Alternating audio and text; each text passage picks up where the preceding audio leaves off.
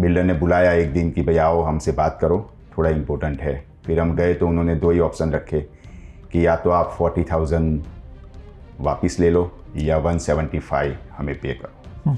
हमने उसको उस टाइम पे पूछा भी भाई 175 क्यों, तो बोलता है सब प्राइस बढ़ गई है। फिर हमारे पास कोई चॉइस नहीं थी, तो हमने फिर क्योंकि फंसे हुए थे सब जगह पे, हेडेक भी था, क्या करें, हम ऐसे ही टेंशन में थे। तो उस टाइम पे हमने उसको एग्री कर दिया, साइन करके 175 दे दिया। हम डिटेल में जाते नहीं, दो चार बंदों को पूछा, ये से पूछा तो बोलता है नहीं भाई जब बड़ा है तो देना पड़ता है, ऐसा करके इन लोगों ने बोला तो हमने दे दिया। इन लोगों ने सबके साथ ऐसा किया है और उन लोगों ने रूल्स जो थे वो फॉलो नहीं किए। चलो रूल्स बनाया है, सबसे लेना है तो सबसे लेना चाहिए, हमें प्रॉब्लम नहीं, हमें ट्रांसपेरेंसी चाहिए। ठीक है भाई रूल्स है तो सबके लिए सेम रखो। तो बिल्डर है या कोई भी है तो वो अपनी सहूलियत के हिसाब से रूल्स चेंज नहीं कर सकते। अगर रूल्स है तो रूल्स सबके लिए सेम होने चाहिए। वो अपने हिसाब से एवरी ईयर या एवरी 6 मंथ रूल चेंज करते रहे, किसी से कम किसी से ज्यादा, तो ये ठीक नहीं है सबके लिए भी।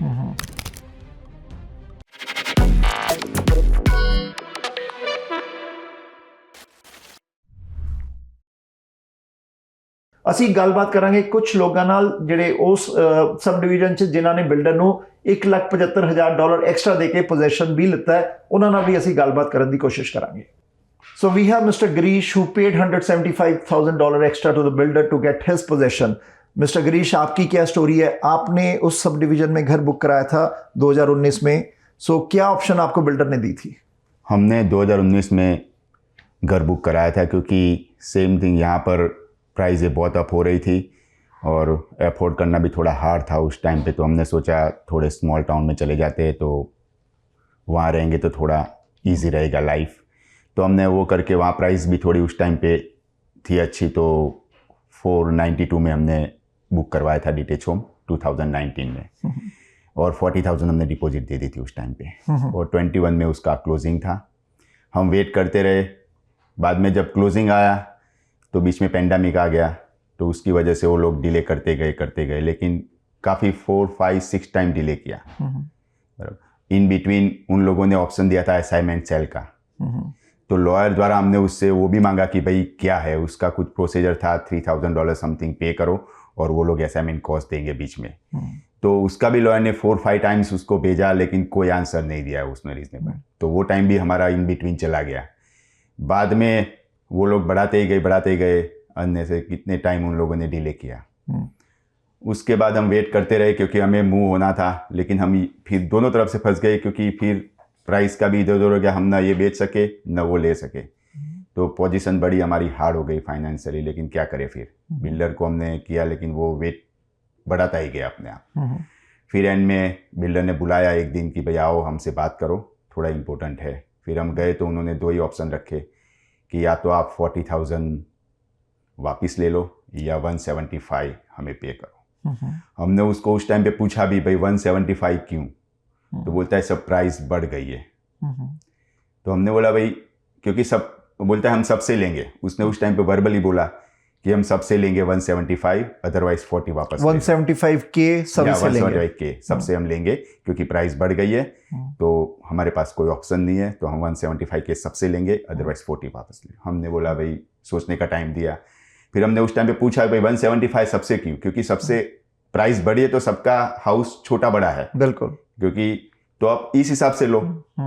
तो बोलता है नहीं हम सबसे 175 लेंगे, बराबर। तो फिर हमने 2-3 साल वेट भी कर लिया था और 40 दे भी दिया था। फिर हमारे पास कोई चॉइस नहीं थी, तो हमने फिर क्योंकि फंसे हुए थे सब जगह पे, हेडेक भी था, क्या करें, हम ऐसे ही टेंशन में थे। तो उस टाइम पे हमने उसको एग्री कर दिया, साइन करके 175 दे दिया। तो उन लोगों ने घर दिया बाद में हम करके। फिर हमें थोड़ा यही मीडिया से जानना मिला कि ये सब लोग चल रहा है, क्योंकि हम कॉमन है इतना, हम डिटेल में जाते नहीं, 2-4 बंदों को पूछा, ये से पूछा तो बोलता है नहीं भाई जब बड़ा है तो देना पड़ता है, ऐसा करके इन लोगों ने बोला तो हमने दे दिया।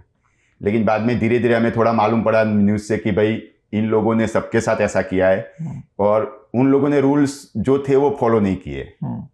चलो रूल्स बनाया है सबसे लेना है तो सबसे लेना चाहिए। तो उन्होंने सबसे सेम रूल्स नहीं फॉलो किया। सबसे हमारे काफ़ी लोग थे, हमारे फ्रेंड भी थे, तो 175 दिया हमने। लेकिन काफ़ी लोगों से उन लोगों ने कम भी लिया और ज़्यादा भी लिया। ठीक है, बराबर। तो ये रूल्स नहीं है। और काफ़ी लोगों ने नहीं भी दिया। बराबर।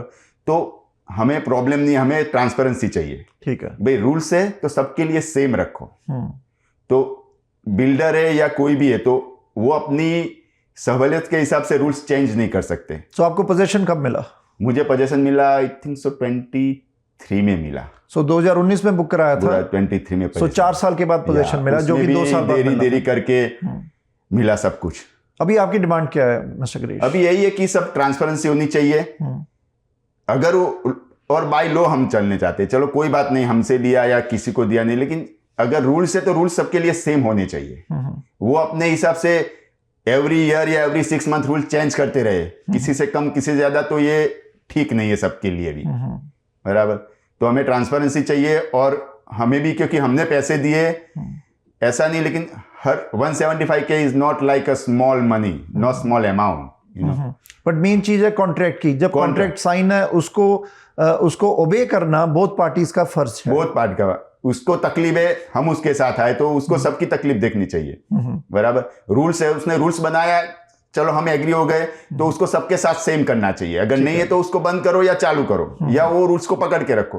फिर वो एवरी 3 मंथ 6 मंथ बोलता है कि भाई अब ये डाउन, ये मार्केट ऐसा, तो मार्केट एवरी डे चेंज होता है, ऐसा नहीं होता है। क्योंकि 1000 बिल्डर है, पेंडेमिक सबके लिए आया है। तो आप चेकआउट करो किसने ज्यादा लिया, किसने कम लिया है। क्योंकि हमने सुना है बाहर न्यूज में भी, कई लोगों ने 2-2 लाख 2-2 के 200 के लेके छोड़ दिया है, वो पैसा उसको वापस नहीं मिला।